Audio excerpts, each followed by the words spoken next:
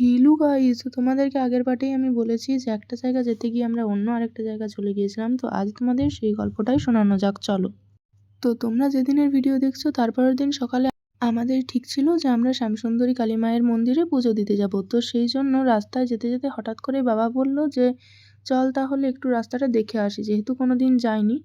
তো তারপর আমরা কিছুটা রাস্তা গিয়েও ছিলাম, কিন্তু তারপর দেখি রাস্তাটা আর ঠিক বুঝতে পারছি না। তারপর হঠাৎ করেই দেখি পিছনে একজন ভদ্রলোক আর একজন ভদ্রমহিলা আসছেন। তাদের জিজ্ঞাসা করাতে তারা বলে যে চলুন, আমরাও ওখানেই যাচ্ছি। আমরা কিন্তু যাবার প্ল্যান একদমই করিনি।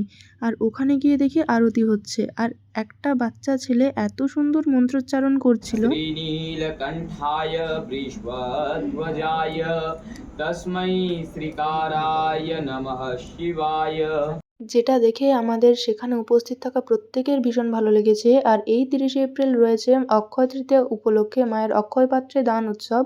তোমরা প্রত্যেকে এই উৎসবে অংশগ্রহণ করতে পারো, মা সকলের সমস্ত ইচ্ছা পূর্ণ করেন। আর এখানে কিন্তু দুবেলা বিনামূল্যে ভোগ প্রসাদও খাওয়ানো হয়। তো আমি সেখানে এতটা ইমোশনাল হয়ে পড়েছিলাম যে আমি কোনো ভিডিও সেরকম ভাবে করতেই পারিনি। পরের পার্টের জন্য রইল নতুন চমক।